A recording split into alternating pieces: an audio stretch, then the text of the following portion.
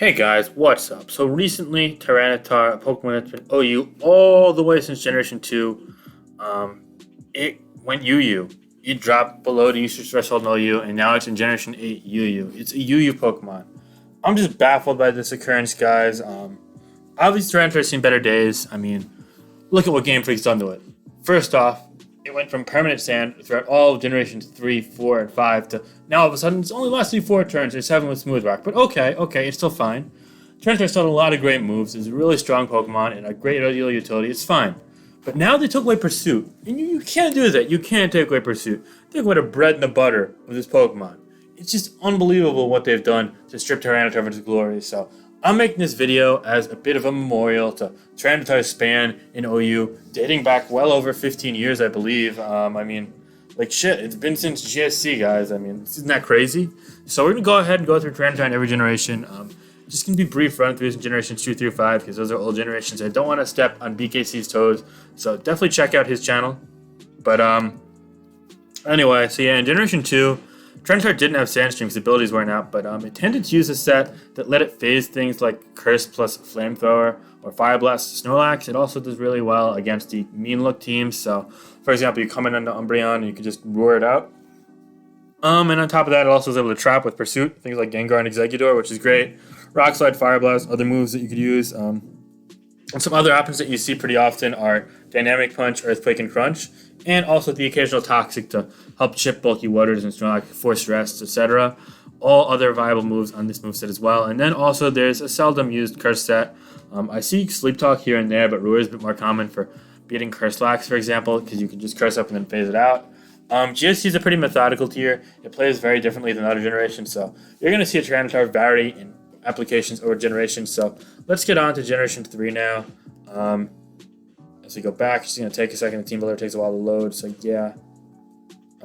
Is it ever going to load? What is going on here? I clicked list, right? What is happening? No. I'll pause. Okay, well, whatever happened. PS main was bugging out, so now I'm on another server. We're going to go through Generation 3 Tyranitar now. This is generation where it really broke out. Previously, it was seen as like a good Pokemon OU, like a top 15, 20 Pokemon. Don't get me wrong. A premier Pursuiter and, Phaser for sure. But unfortunately, it didn't have Sandstream. And also, there's a tier that a lot of Pokemon were just a bit better than it. Things like, of course, the electric types like Raikou, Zapdos Spikers like Cloyster, premier walls like Skarmory, and then, of course, Snorlax. So, yeah, but Generation 3, got Sandstream, Permanent Weather, and it became the face of ADV OU. There was a whole slew of sets: physical, all attack, or it could run Roar over Focus Punch or Hidden Power Bug. Special based. You could even run mixed set. These are kind of other options that could fit on either of those sets. I've seen a lot of like Crunch, Brick Base, Ice Beam Pursuit type sets. You throw Roar in one of those move slots to phase, things like Sleeping Suicune or Subcombine Jirachi out. Fire Blast, of course, is great. It deals like Skarmory, Crunch, and Pursuit. Amazing stab special moves. Also trap things like Gengar and Mono Psychic Celebi, I suppose, that lack Baton Pass. And yeah, Brick Break's great. Brick Break and Focus Blast are great for things like Blissey, which are defensive staples. Then there's also Choice Band sets and Dragon Dance sets. Choice Band tends to run the same as the physical out attacker, whereas Dragon Dance runs, Hidden Power Bug or Hidden Power Grass or Ice Beam or Taunt in the last slot with just Stone Rock Slide plus Earthquake coverage and Dragon Dance.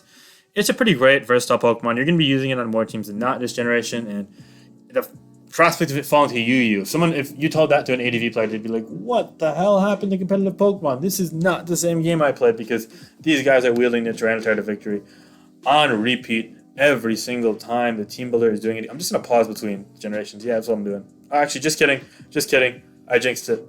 Alright, anyway, in Generation 4, Tyranitar continued its dominance. It was still one of the best Pokemon. It might not have been as consensus number 1 as it was in ADV, but still, Scarftar now rose up as a great set. Being a Scarf Pursuiter was really cool in a tier that at times and now currently has Latias again, and also things like Gengar and more importantly Rotom forms, which were all part Ghost type. It's amazing to trap all those.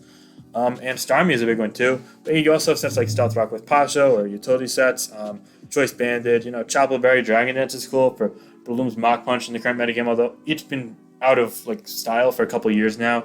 Dragon Dance started seeing so many better days back during when Generation 4 was the main generation, or even during Generation 5's DPP, so yeah, and then also, other options, Ice Beam, Superpower, Flamethrower, Stone Edge, etc. BKC can make all video on DPP or ADV Tyranitar easily. You can go an hour on all of them. I'm not trying to step on his toes. I'm just trying to explain how Generation 2, 3, 4, 5, 6, 7 Tyranitar was so great in OU, and now falling to UU is something that we really, it's kind of crazy. So we got to talk about it because we're talking about the important issues and the important topics of competitive Pokemon on this channel. So yeah. Anyway, next up, we have Generation 5. I made a whole video on Generation 5 Tyranitar. Check that out. It's in my metagame analysis playlist, and you could find it back when my channel is a bit younger. But I could go on for hours and hours and hours about this. Chople Tyranitar in Black White is an amazing staple of the tier. It's so good. It can use Stealth Rock, Crunch, Superpower, Pursuit, Fire Blast, Ice Beam, Earthquake, Low Kick, even run Thunder Wave, Taunt, Thunderbolt, Dragon Tail. You name it, it can do it. Even Toxic I've seen. So yeah, there's a million things you could do. Stone Edge can fit on those sets as well. Yeah, Chople Tyranitar is just so great. The utility against things like for your Nicholas, things like Alakazam, be able to trap Latios, good against random things like Gengar, Tornadus. Thunderous T is amazing Pokemon, but you check it with Tyranitar, This goes on, changing other weather to deter rain. It's so practical. And of course, Scarftar is solid as well. It could trap Latios with ease. Unfortunately, loses the ability to check Zam and Nicholas as well, but yeah, it's a trade-off. Banded Tyranitar's fallen out of favor because Chopel's defensive merit, so I'm not going to include that, but it's a viable option as well. It's seen many better days in the generation. In generation number 6, Tyranitar had some pretty standard sets. It actually got the Mega Evolution, so that let the Stealth Rock sets kind of go OP a little bit because it's a lot stronger and bulkier with the Mega Evolution. Just an example, but it could also for Dragon Dance, some other moves, Pursuit, Stone Edge, Superpower, Stealth Rock, of course, and Crunch, and the Elemental Punches, Fire and Ice, all very viable on Tyranitar. This I just took from a team.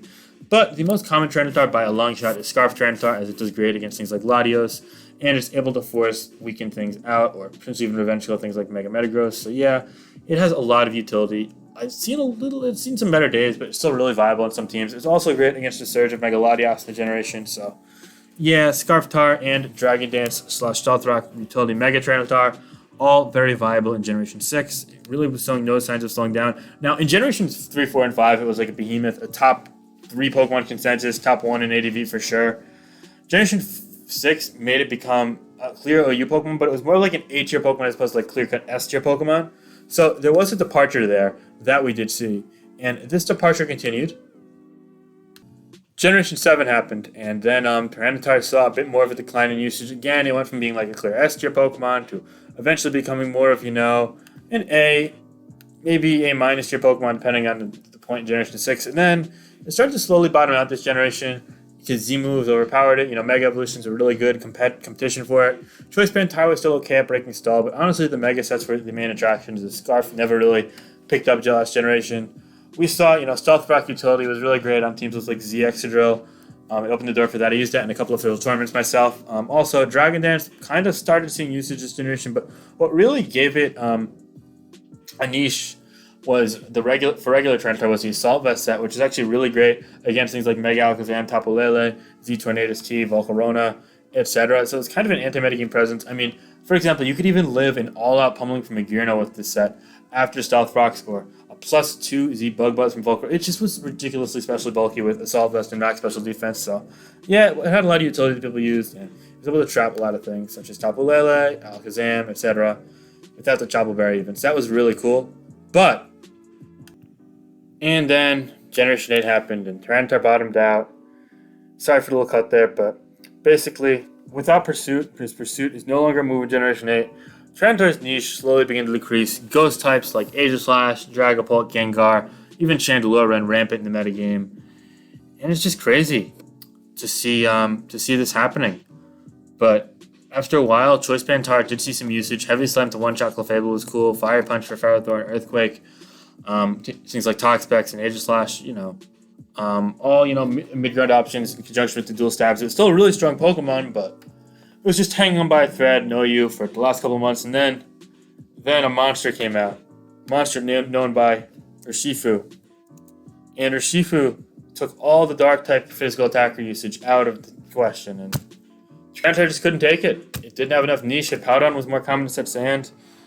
Urshifu was more common to break as physical, fighting Dark type. There was no Pursuit, It wasn't even checking Ghosts because you can't trap him anyway. And Tyranitar fell to UU, guys. This is crazy. So rest in peace, Tyranitar's long stint. Know you. It's really sad to see this, honestly, but such is life. I hope you guys enjoyed a little generational analysis on Tyranitar. It's unfortunate that this happens, but such is life. All good things must come to an end. So yeah, hope you guys enjoyed. Have a great day. Peace.